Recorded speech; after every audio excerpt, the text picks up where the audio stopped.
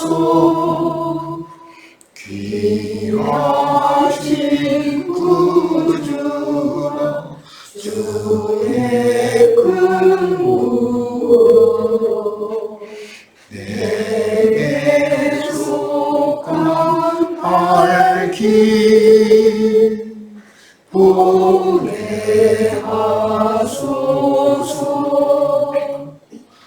주보좌 앞에서 무릎 꿇을 때 내 기도 들으소. 은혜 주소서. 내 잘못 이해 듣지 않으시대도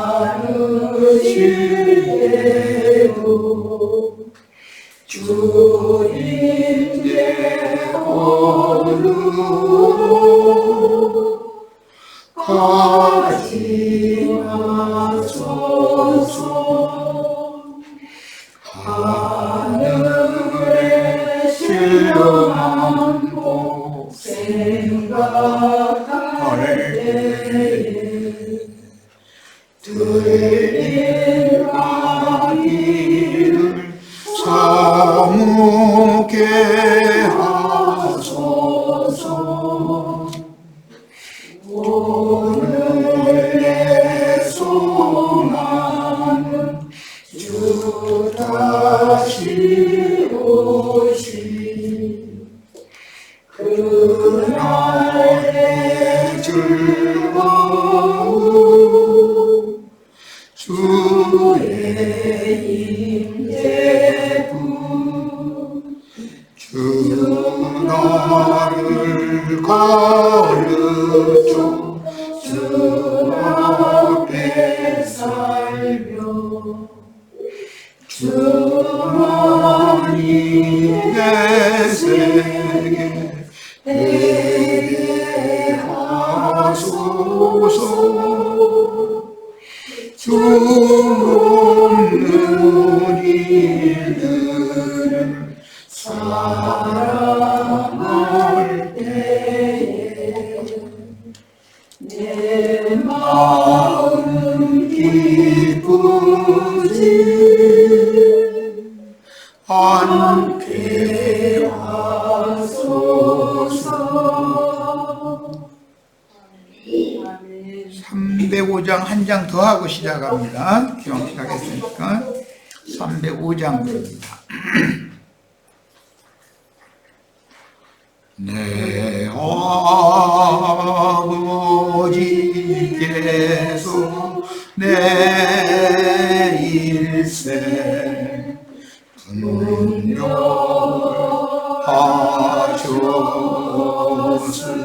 분명하셨으니 너에게 이볼 안경들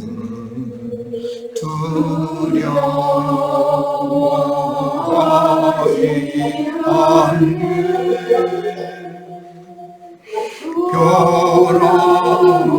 변함없는 충성으로 주 깊은 원 구하기 원해. 내 눈은 주의 깊은 사랑 향해 늦게 오니 모든 것 웃으며 가도록 내 눈물 닦으소서.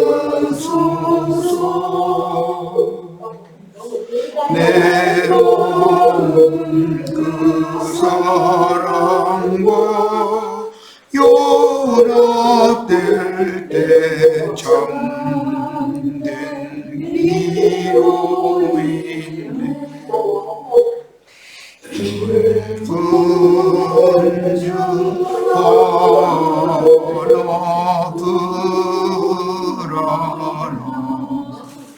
난 결코 온지 않아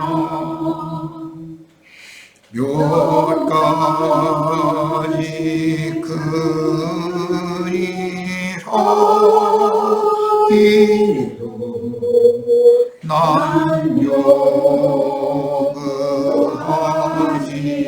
않네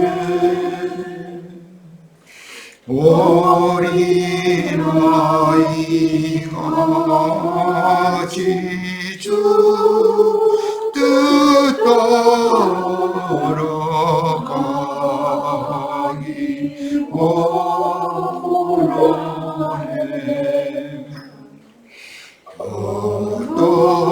어떠한 환경 담아든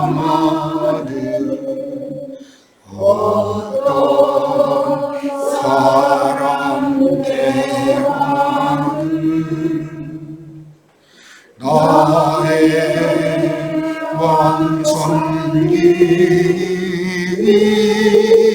왕손이하여 내 생명 다하죠 그 사랑이여여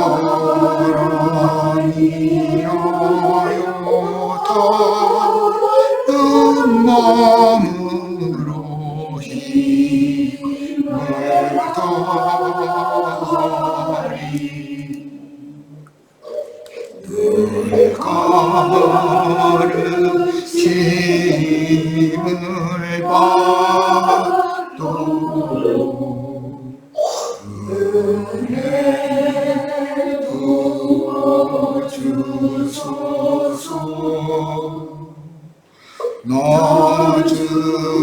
나주와 교통할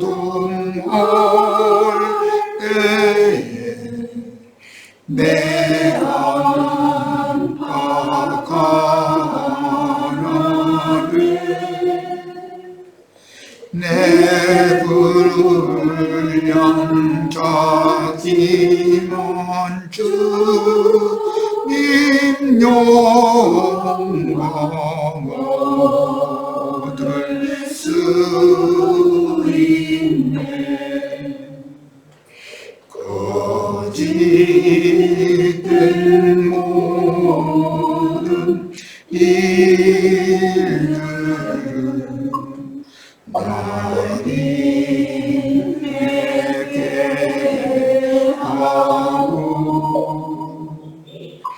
그 모든 환경에 십자가 날 주한 의에게 내 마음 겸손해질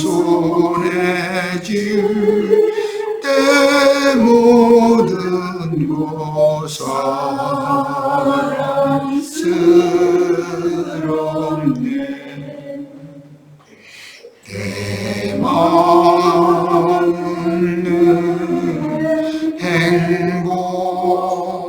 행복하라 또 구할 것 있다면 주님께 내 사랑의 마음 다 표현하는 것 주 위한 많은 일보다 주의 기쁨 구하리 주 사랑 인하여 택한 이 미안 일세 어두운 밤 지날 때 주가 이끌려 알려주시니 자신 부인한 주의 일생이고 내 일생.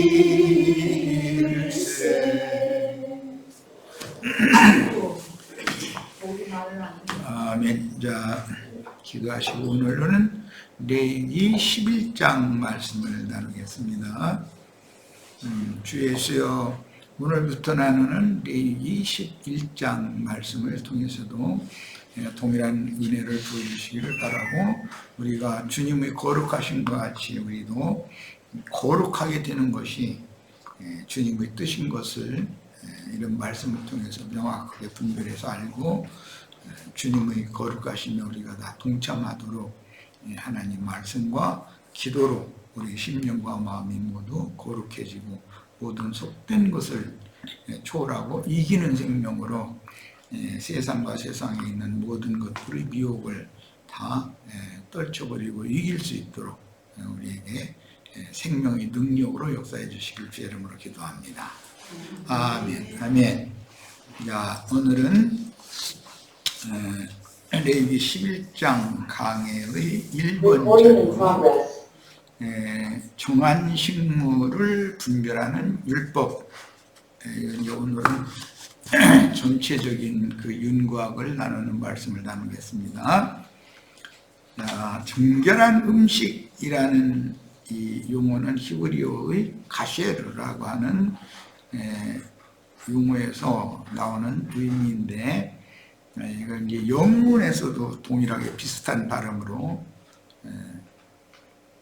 가세르라고 이렇게 하죠. 이것은 식용, 먹는 음식에 있어서 사람이 적합한, 사람이 음식을 해서 먹을 수 있는 적합한 음식이다. 사람의 식용으로 적합한 음식이다. 그런 뜻이죠.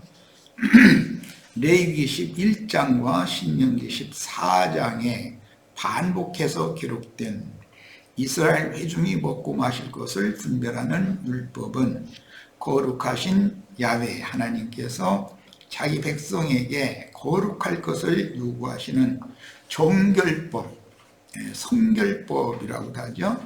그런데 성경학자들은 흔히 레위기 11장에서 16장까지를 정결예법, 즉 성결예법이라고 분류하지만 사실은 레위기 앞의 10장에서부터 11장은 연결되는, 이어지는 말씀이다라는 걸 지난 시간에 충분히 말씀 나눴어요.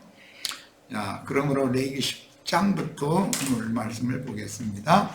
레위기 10장 1절에서 7절, 아론의 아들 나답과 아비후가 각기 향로를 가져다가 여호와께서 명령하시지 아니한 다른 불을 담아 여호와 앞에 분향하였더니 불이 여호와 앞에서 나와 그들을 삼키매. 그러니까 나답과 아비후가 사용한 다른 불이라는 것이 있고 여호와 앞에서 나온 불이라는 것이 다 다른, 지금 불이라는 용어는 같지만 하는 일은 다르게 기록이 되고 있죠. 그들이 여호와 앞에서 죽은지라 그랬어요. 그러니까 다른 불과 여호와 앞, 여호와의 얼굴에서 나온 거룩한 불은 성경에서 대조된다는 걸 잘 충분히 이제 우리는 레위기 10장을 충분히 나눴으니까 이해했을 거라고 합니다요. 자, 모세가 아론에게 이르되 이는 여호와의 말씀이라. 이르시기를 나는, 여호와께서 하시는 말씀이에요.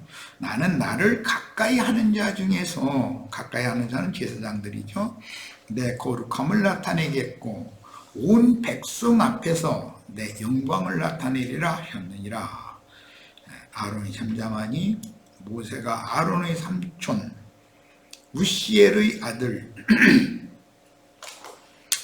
아론의 삼촌 우시엘의 아들이니까 아론과 사촌이니까 아론의 아들들과는 당질간이 되겠죠.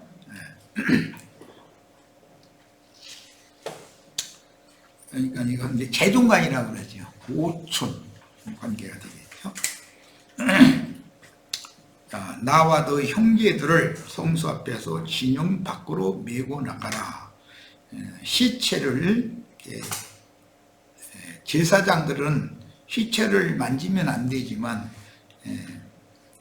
이 아론의 그 사촌 미사엘과 엘사반이라고 하는 아론의 사촌들은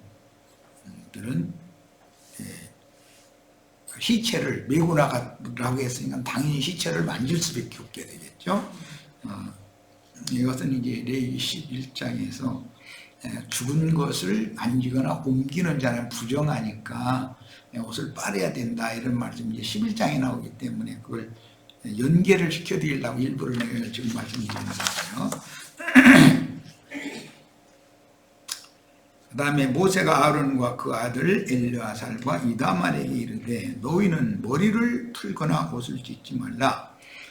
이것은 슬픔을 표하는 걸 말하는 거죠. 그리하여 너희가 죽음을 면하고 여호와의 진노가 온 회중에게 미침을 면하게 하라. 제사장 자신의 문제만이 아니라 그 온 회중의 그 부정에 대해서 책임성이 있다.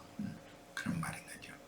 그다음에 오직 너희 형제 이스라엘 온 족속은 여호와께서 치신 불로 말미암아 슬퍼할 것이니라. 이건 지난 시간에 충분히 말씀 나눴어요. 여호와의 관유가 너희에게 있은즉 이것은 엘르알과 이다말 셋째와 넷째에게 이제 제사장권이 이어졌기 때문이에요. 너희는 회막문에 나가지 말라. 시체를 메고 나가는 사람은 회막 문 밖으로 나가야 되지만 제사장들은 회막 문 밖으로 나가면 안 된다. 지금 그런 말이에요. 그리하면 죽음을 면하리라. 그들이 모세의 말대로 하니라.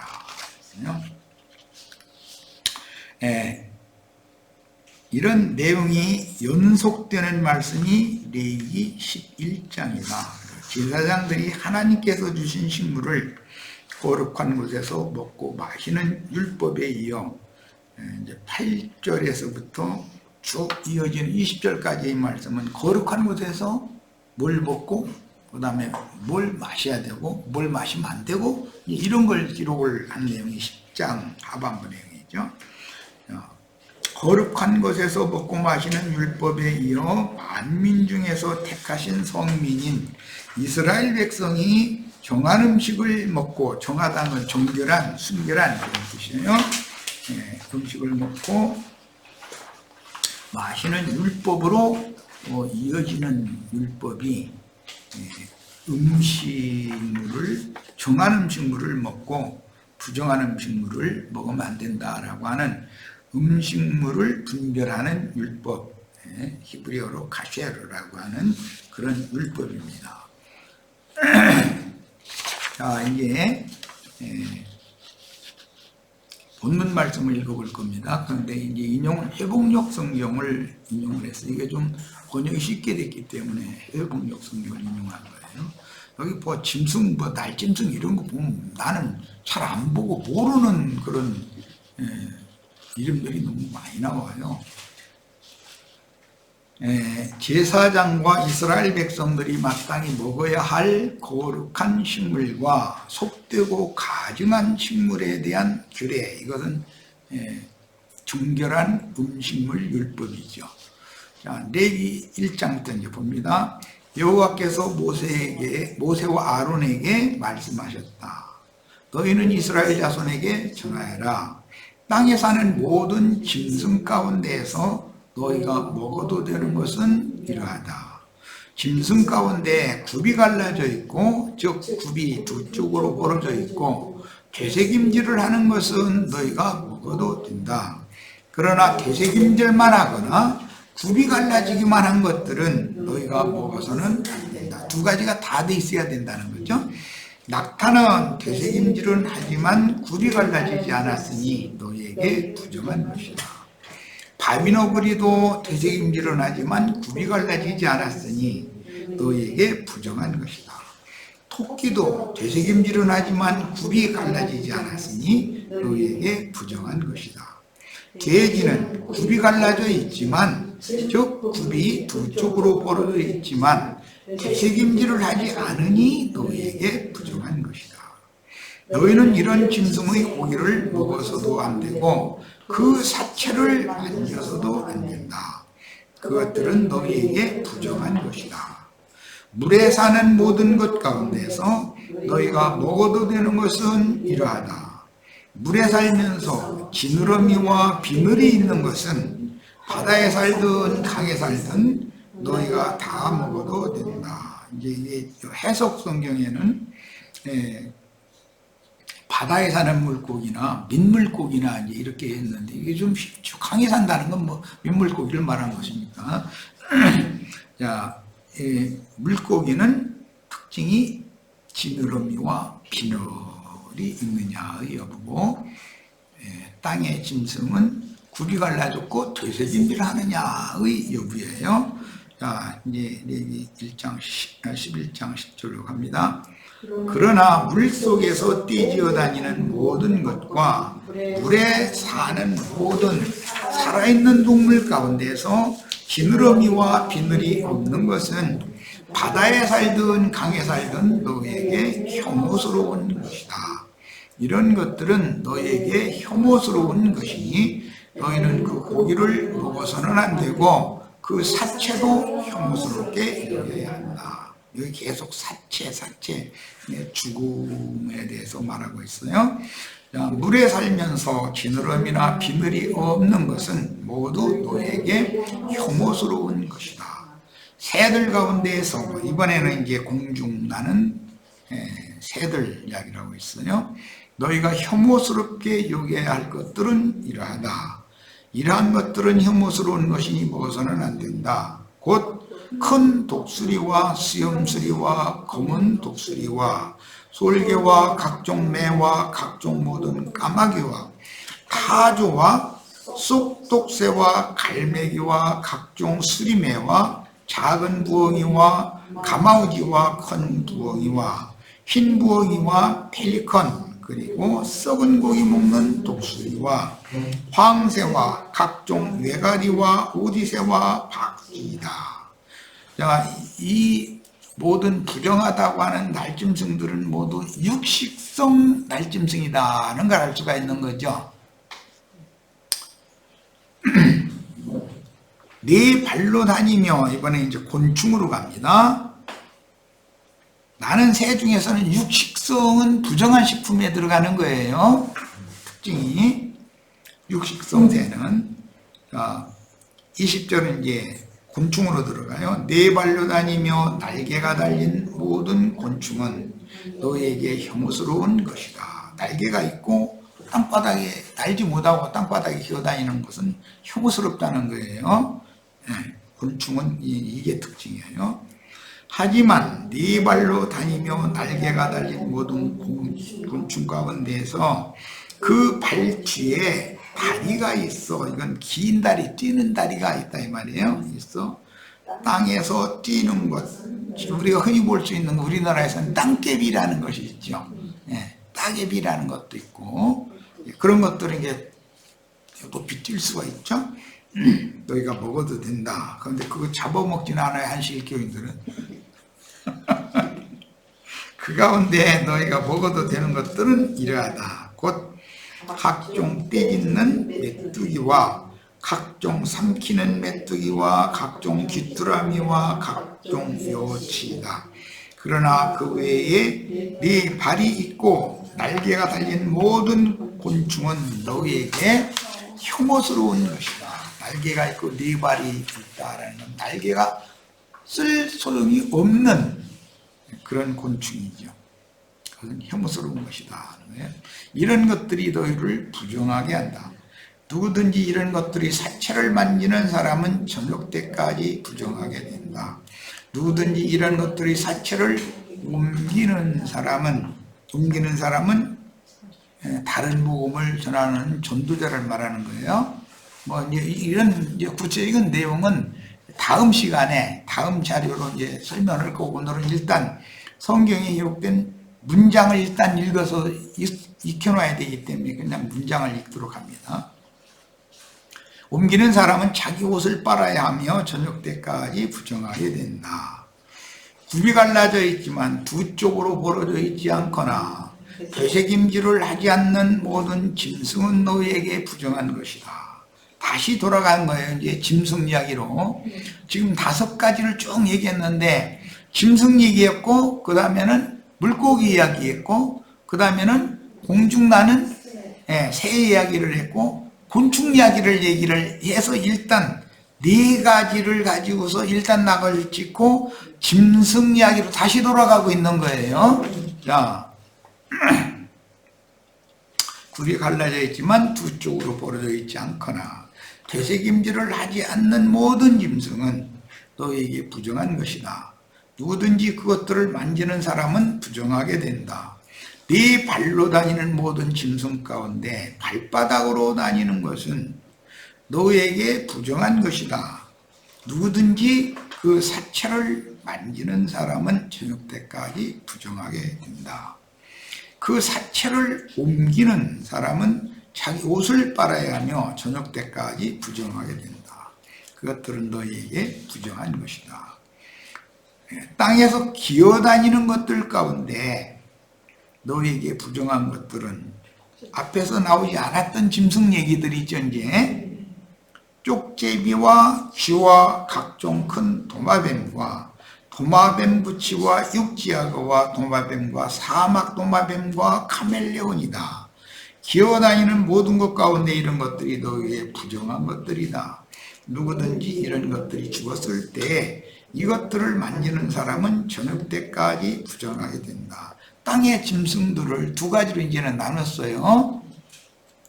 4발로 이렇게 다니는, 발바닥으로 다니는 짐승 중에 부정한 거, 이번에는 기어다니는 짐승 중에 부정한 거, 이렇게 이걸 구분을 했어요.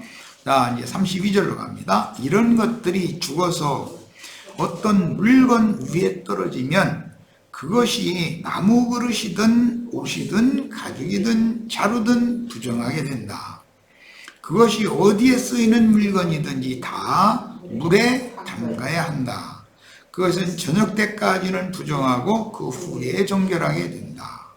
이런 것들 중 어떤 것이 질그릇 속에 떨어지면 부정한 어떤 곤충이나 또는 뭐 여기 부정한 어쨌든 사망과 관계가 있는 것이 질그릇에 만약에 떨어지면 그 속에 있는 것은 무엇이든지 부정하게 되며 너희는 그 그릇을 깨뜨려야 한다.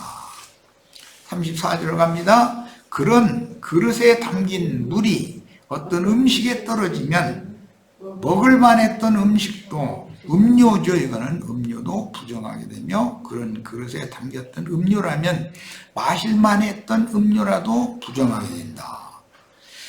이런 것들의 사체의 일부가 떨어져 다음 것은 모두 부정하게 되며 그것이 화덕이든 화로든 깨뜨려야 한다.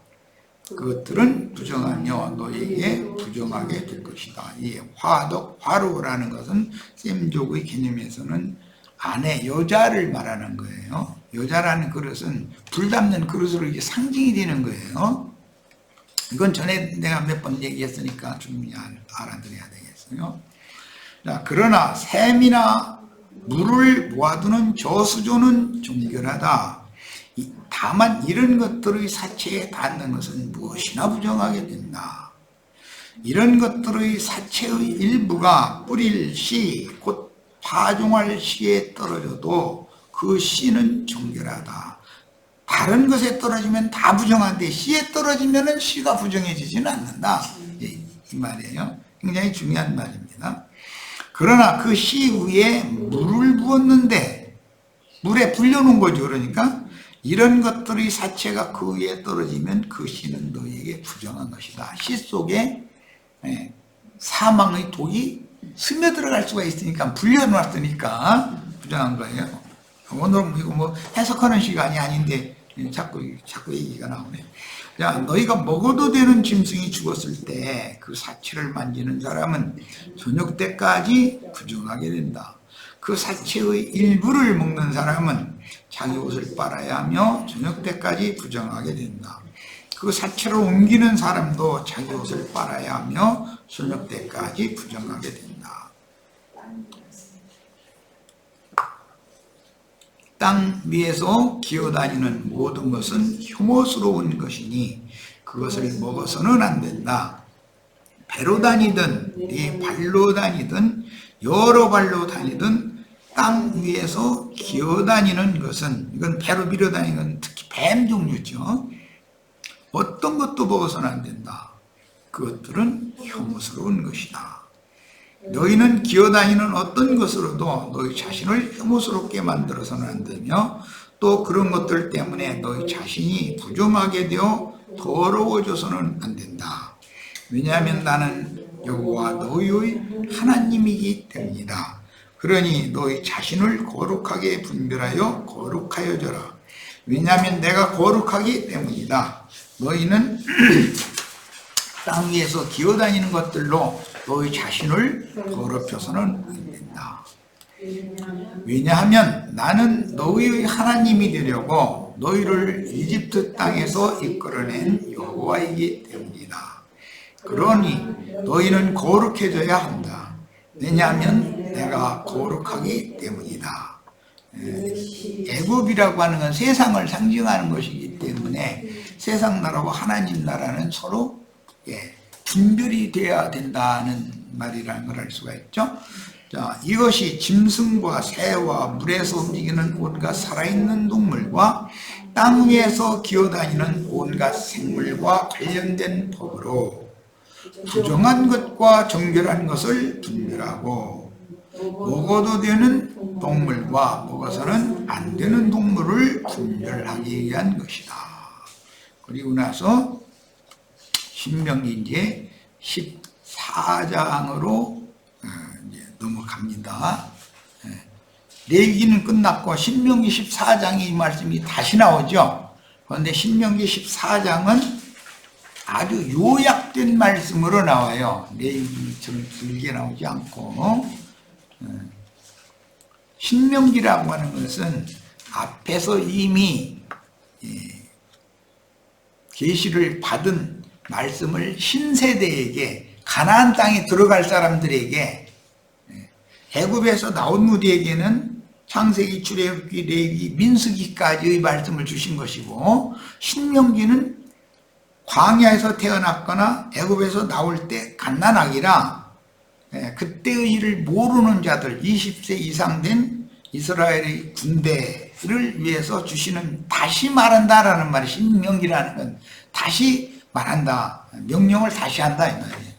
율법을 다시 말해준다 그 말이에요. 이것은 신세대에게 주시는 말씀이에요. 그러니까 이것은 마태복음 5, 6, 7장에서 너희 옛사람에게 이렇게 하라 하였거니와 나는 너희에게 말하노니 할 때 너희에게 라는 건 제자들 보고 주님 하는 말씀이에요. 옛사람들에게 하신 말씀은 조문의 율법대로 이 말씀을 읽는 사람들이죠. 그러나 내가 너희에게 말하노니 라고 하는 것은 제자들은 신세대이기 때문에, 신세대는 가나안 땅을 차지할 사람들이라 영과 생명의 말씀으로 말씀을 재해석해서 새겨서 들어야 되는 사람들이란 말이에요. 자, 이것이 구약의 신명기는, 그러니까 문자대로 읽으면 절대 안 되는 거다. 신명기는 반드시 재해석되는 영과 생명의 말씀으로 이 말씀을 읽을 줄 알아야 된다. 그런 말이에요. 자, 신명기 이제 들어갑니다. 레위기 율법을 간결하고 명확하게 다시 명하여 그리스도 율법으로 적용하기 위해 영과 생명의 말씀인 비유법, 예수님은 자꾸 비유로 말씀을 많이 하시죠. 이 비유법으로 말씀하신 것을 이제 헬라어로 알레고리 해석법이다 이렇게 말하는데, 기독교계에는 알레고리 해석법을 굉장히 경계해 가면서 자의적인 해석이다. 지난번에 우리 어떤 침례기 어떤 목사 형제 자의적인 해석이고 뭐 이제 이런 얘기 자꾸 쓰지 않아요? 그게 무슨 뜻이냐? 성경을 영위하는 거에 대해서 이해가 안 되는 것이죠. 뭐 침례라고 하면 그냥 세상의 물속에 이렇게 잠기게 하는 그것만 생각하고 있는 것이지, 영의 침례라는 것에 대해서는 교리적으로는 알지 모르지만 실제로 받아보지 않았기 때문에 모를 수가 있는 거죠. 이런 경우란 말이에요. 예수님이 이 알레고리 해석법으로 말씀을 증거했기 때문에 사실은 이단자로 몰려서 죽은 거예요. 자, 내 신명기는 반드시 알레고리 해석법으로 읽을 줄 알아야 된다는 거예요. 예수님이 신약에 인용하는 말씀들은 대부분 신명기 말씀을 인용을 해요. 대부분. 그러니까 신명기 말씀은 이미 앞에서 나왔던 말씀인데 또 하는 말이거든요. 그게. 그 의미를 잘 이해하셔야 돼요. 자, 1절부터 봅니다. 여러분은 여호와 여러분의 하나님의 자녀입니다. 여러분은 죽은 사람을 위하여 여러분의 몸에 상처를 내서도 안 되고 여러분의 이마를 밀어서도 안 됩니다. 참 어렵죠? 죽은 사람을 위하여 상처내는 이 경우는, 제 몸을 상하게 하는 경우는 뭐가 생각이 나죠? 두 무덤 사이에 사는 군대 귀신들 인자가 자기 몸을 상하게 해가면서 살았다고 그랬어요. 구약시대에는 갈멜산에서 바알과 세라의 선지자들과 엘리야가 누가 섬긴 하나님이 진짜 하나님인지 한번 알아보자 그랬는데, 바알과 아세라의 선지자들이 제사상 차려놓고 자기네들의 신 바알과 아세라 보고 내려와서 이 재물을 삼켜달라고, 불살라달라고 막 가슴을 막 사방에 치고 막 그래가 피가 날 때까지 막 이렇게 상하면서 그렇게 했다는 거예요. 그게 뭔 뜻인지 이미 다 아시겠죠? 부흥회니 뭐 뭐니 이런 데 가면은 그 짓들 하죠, 다.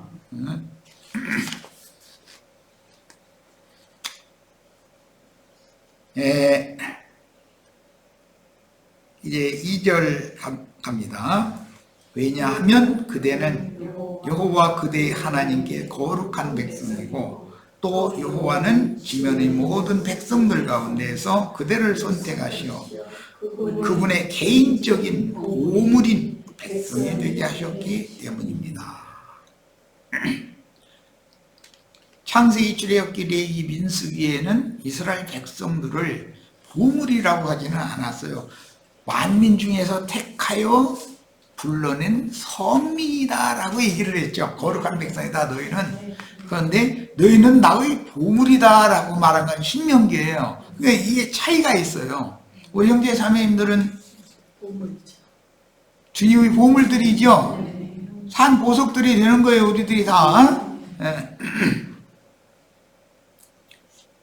오늘은 해석하는 시간이 아닌데 자꾸 이게 워낙에 이 성경이라는 게 쉽지 않기 때문에 자꾸 툭툭 나오네. 어쨌든 우리 형제 자매님들은 다 영원하신 영의 세계, 하나님 본래 영이시니까 영의 세계에 주님께서 가장 귀히 여기는 보물들이 다 되셔야 되겠어요.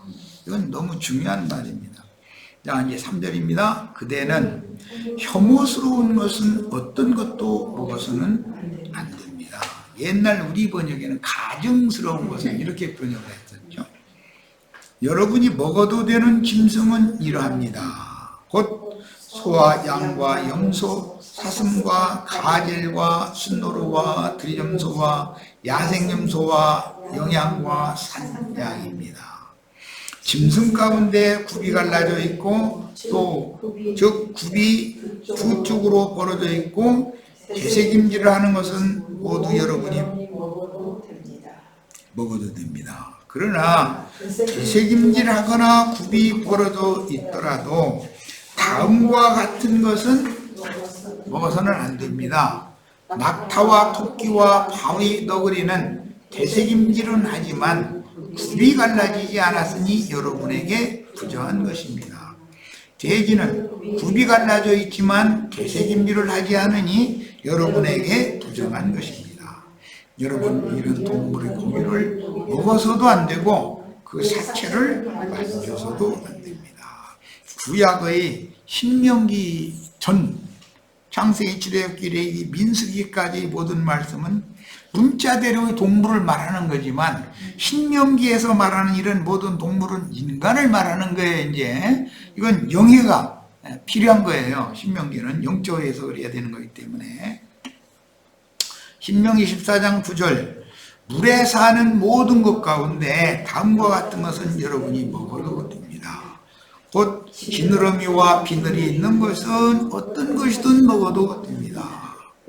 지느러미는 어떤 물고기가 어느 방향으로 갈지를 결정해주고 그 방향을 정해주는 역할을 하고, 비늘은 그 몸의 세균이나 다른 어떤 것의 병균의 침투를 막아주는 역할을 하죠. 우리가 세상에 비록 살고 있지만 분명한 우리는 향방을 알아야 되고 표대를 딱 정해놓고 정로로 갈 줄 알아야 된다 말이에요. 이거는 신명기니까 영해가 이제 꼭 필요한 거예요. 그리고 전신갑주로 무장을 해서 악의 영들, 더러운 귀신들이 우리 형제 자매님들을 속으로 침투해서 형제 자매님들을 죽이면 안 된단 말이에요. 그것을 방어할 줄 알아야 되는 것이죠. 에베소서 6장 잘 아시죠? 네. 하나님의 군대는 전신갑주를 빼야 된다 이렇게 했어요. 또 오늘 참 해석하는 날이 아닌데 자꾸 그것은 여러분에게 부정한 것입니다. 정결한 새는 어떤 것이든 먹어도 됩니다. 정결한 새가 있으면 부정한 새가 당연히 있는 거죠.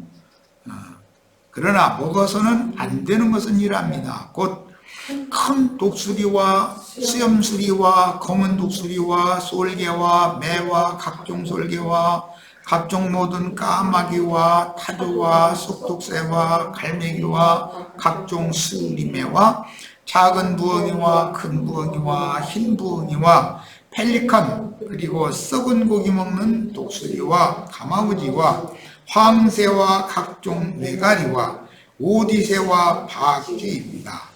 자, 그리고 이번에 이제 곤충으로 가는 거예요. 그리고 날개 달린 모든 곤충이 여러분에게 부정한 것이니 그것들을 먹어서는 안 됩니다. 그러나 날개가 달린 정결한 동물은 어떤 것이든 먹어도 됩니다. 여러분은 저절로 죽은 사체는 어떤 것도 먹어서는 안 됩니다. 죽은 자들 보고 장사하라고 해서 저절로 죽은 자들이죠. 우리가 부모 뱃속에서 태어날 때부터 태생적으로 죽어 있었죠. 저절로 죽은 자들이에요. 왜 그래요? 아담의 계보에 속한 첫사람들은 다 저절로 죽은 자들이에요. 그러니까 거듭나지 않은 목사가 강론을 할 때 그 거듭나지도 않은 목사가 하는 말을 문자대로 신학적으로 막 쪽쪽 하는 사람 막 대가서 아멘 아멘 하면 된다 안 된다? 아멘 아멘 하면 너희도 같이 죽는다, 지금 그 말을 하는 거예요. 그대는 그것을 성문 안에 있는 체류자에게 먹으라고 주거나 외국인에게 파십시오. 왜냐하면 그대는 여호와 그대의 하나님께 거룩한 백성이기 때문입니다. 율법이라는 것은 저 사람은 죽어도 괜찮고 나는 사는 법이에요. 이게 보니까 그렇게 돼 있죠. 다른 사람도 먹으면 죽을 거 아니야, 안 될 거 아니야. 근데 다른 사람 먹어도 되고 나는 먹으면 안 되고, 이게 얼마나 이기적이야. 그러니까 모세의 율법도 예수 그리스도의 율법으로 완전케 할 필요가 있다는 것이죠. 이게 유대인의 율법이 아니지만 모세의 율법이지만 이런 거 보면은 얼마나 불합리해요. 그 다음에 그대는 중요한 말씀이 나왔어요. 오늘은 이제 이거까지 말씀 나눌 거예요. 그대는 색기염소를 그 어미의 젖에 삶아서는 안 됩니다. 이러고 신명기 정한 음식을 먹고 부정한 음식을 먹으면 되지 않는다라는 음식의 정결예법을 신명기에서 다시 기록한 말씀의 마무리 말씀에 염소 새끼를 그 애미의 젖으로 삶아서는 안 된다라고 마무리를 했어요. 그런데 출애굽기 23장을 보겠습니다. 출애굽기 23장은 절기율법이죠. 출애굽기 23장 하면 절기율법이라는 걸 암송하고 있어야 돼요. 출애굽기 23장의 19절에 염소 새끼를 그 어미 젖에 삶지 말라라는 말이 이미 나왔어요. 그런데 신명기에 다시 명령한 말씀에는 음식의 정결예법에다가 이 말씀이 기록이 됐어요. 그런데 출애굽기에는 절기율법을 마무리하는 말씀으로 염소 새끼를 그 어미의 젖에 삶지 말라고 이렇게 기록이 돼 있어요. 그러니까 요 문제를 잘 살펴봐야 되겠어요. 자, 출애굽기는 23장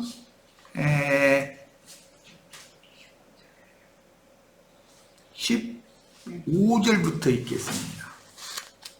15절부터 6월절에 바로 이어지는 그 밤부터는 무교절이죠.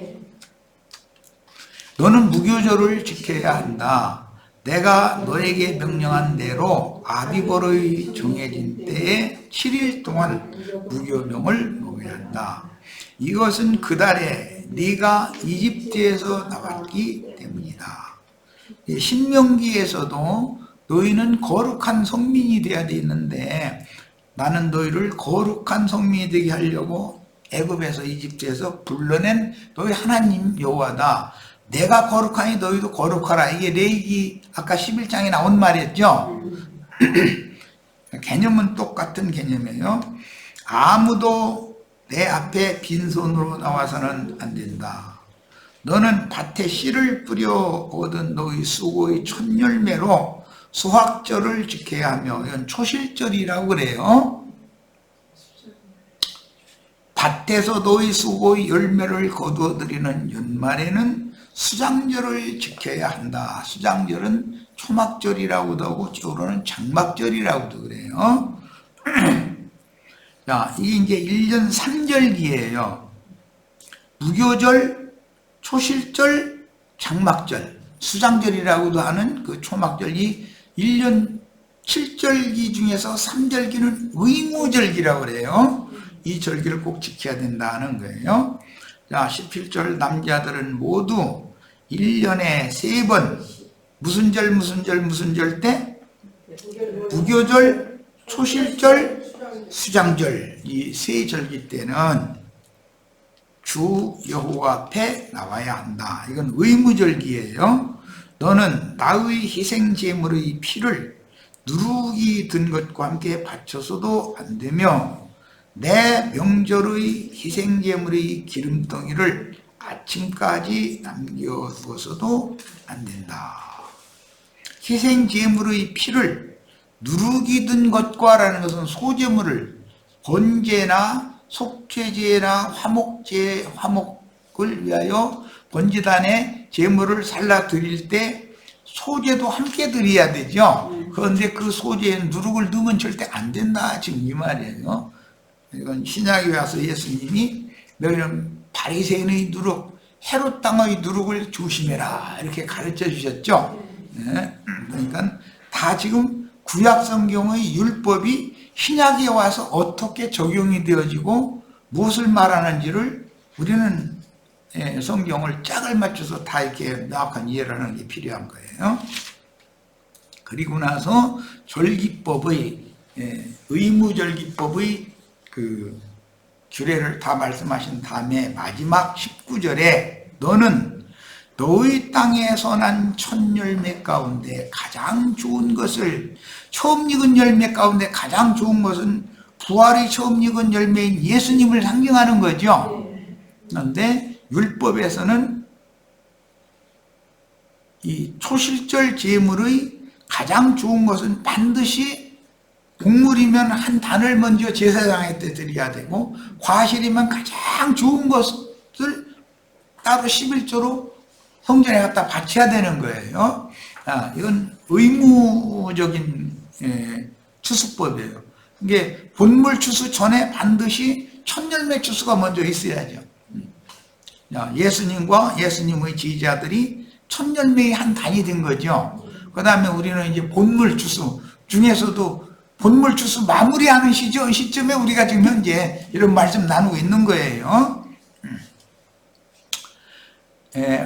너희 땅에서 난 첫 열매 가운데 가장 좋은 것을 여호와 너희 하나님의 집으로 가져와야 한다.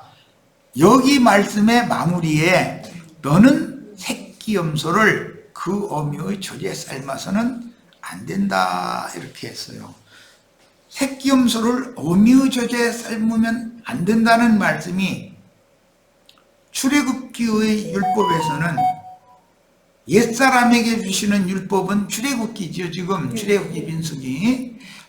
이 율법에서는 절기 율법의 마무리로 이 말씀이 주어졌어요. 그런데 신명기에서는 신명기 14장 21절에 정한 식물을 먹고 부정한 식물을 먹으면 안 된다는 말씀을 마무리를 하면서 염소 새끼를 그 어미 젖에 삶아서는 안 된다라고 갖다가 마무리 말씀으로 이렇게 제기를 해놨어요. 자, 일단 첫 시간 여기까지 해서 잠깐 쉬었다가 두 번째 시간 또 말씀을 간략하게 더 나누고, 다음에는 이 본문 말씀의 한 절 한 절 그 의미를 살펴보는 시간을 가질 겁니다. 잠깐 쉬었다 가도록 합니다.